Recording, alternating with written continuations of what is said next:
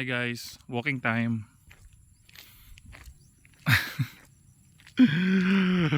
Ayun. Um, Gusto mag-vlog. Anong gusto ko i-share? Anong i-share ko? Regarding sa negosyo, ayan, no? Negosyo stories, ayan, no? So, paano ko nagagawa ang mga bagay na tulad nito? May time freedom. So, kung nag-umpisa ka pa lang sa negosyo, birahan mo lang ng birahan. Gusto ko sabihin, trabahuin mo lang ng trabahuin hanggang sa pag gumanda na yung kita, gumanda na yung inflows, may matino-tino na yung pumapasok na net income, then that is the right time na trabahuin mo yung kasunod. Ano yung kasunod? Sistema. Paano gumawa ng sistema? Operations management makakasagot sa'yo. Ano yung operations management?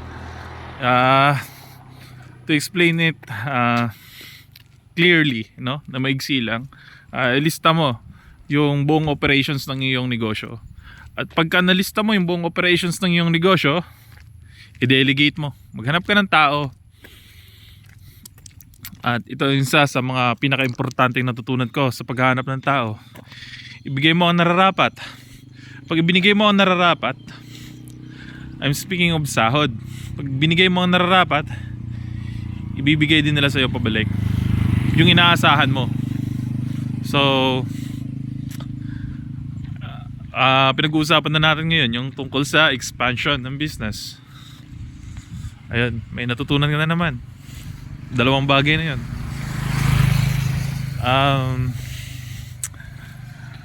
Paano natin i-check yung ginagawa ng tao? Magkaroon ka ng controls, magkaroon ka ng audit. So, anong ginagawa natin sa audit? Maliban sa cash audit, inventory audit, tsaka dun sa i-audit mo rin kung sumusunod nga ba talaga sila dun sa ginawa mong operations manual, no? I-check mo. So, pag hindi sila sumusunod, it's time na palitan mo sila, tanggalin mo na agad. Ayan. So, kumpletuhin mo lahat, pati hiring process, pati yung paglabag nila dun sa mga dapat nilang gawin, no? I-document mo lahat para parehas kayo protected. So, ganun lang yun kasimple.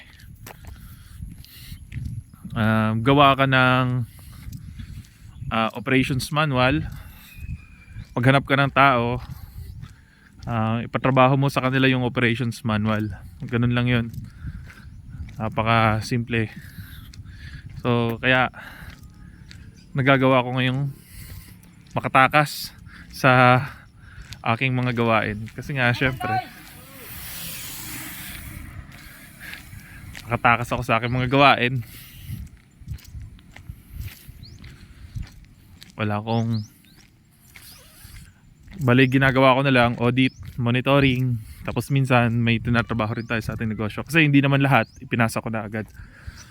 So makakapag-open up ka ulit ng mga panibagong opportunities. So ganun lang yun kasimple.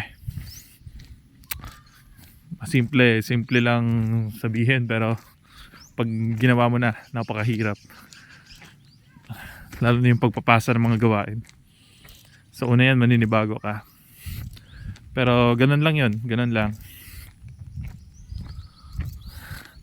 Kaya kung nahihirapan ka sa ano mo, sa sales mo, workout mo muna. Yun lang. Ayun, nakakapag-walking ako. Kasi nung mga nakaraang buwan set up tayo. So first time lang din naman natin in-install yung ating mga system. Kapagod. Pero laking pasasalamat, working lahat. So paano ko nagawa yon, no? Kung tatanungin niyo ako, paano ko nagawa? Kung gusto mong umunlad ka, mag-invest ka muna sa iyong sarili, no? Mag-aral ka.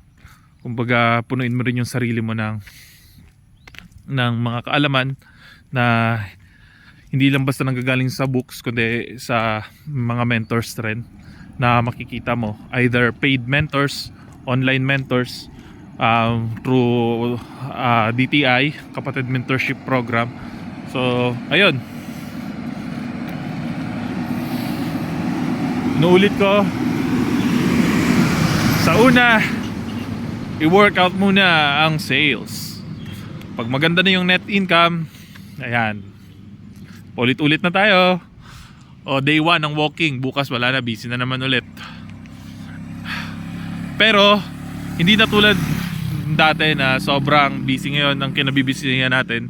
More on monitoring, more on audit. Sa isang araw, 2 oras, 3 oras. Sa isang linggo, merong isang buong araw, 2 araw. Ganun lang, no? So sana ikaw rin. Sana ikaw rin. Pero starting pa lang din naman ako. Nakabuhos pa lahat ng pera sa negosyo. Ganun. Wala pa tayo masyadong ganun kalakihang cash. Pero meron na tayong mga negosyo. So pag nagawa mo yun, makakapag-pivot ka, no? Try ka na naman ng mga bagong business. Ulit-ulit lang. Ano kasunod? From micro entrepreneur, maging small ka na. Yan. Pag naging small ka na, yan, malay mo sa kasunod, korporasyon na. Ayan. At least, tinabaho mo from scratch.